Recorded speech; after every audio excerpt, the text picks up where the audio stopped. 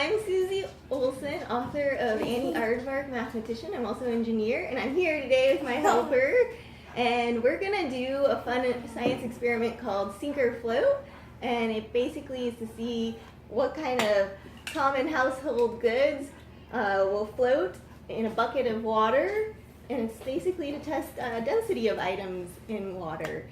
So, Jack, do you want to go first with the first item?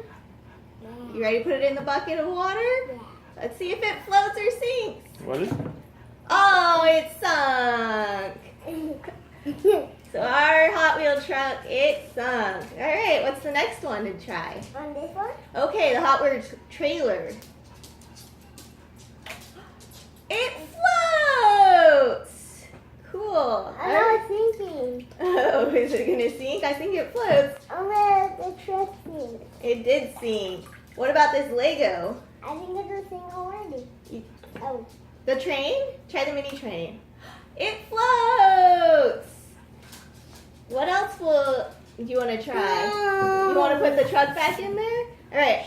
I'm gonna try. This is a la Cookie Monster.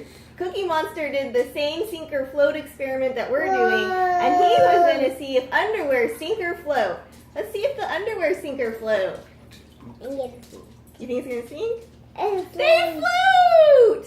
They float. All right, what else should we try? We have an empty bottle of water and a full bottle of water. The empty one floats. Now it sinks. Well, try this one. This one. It kind of sunk.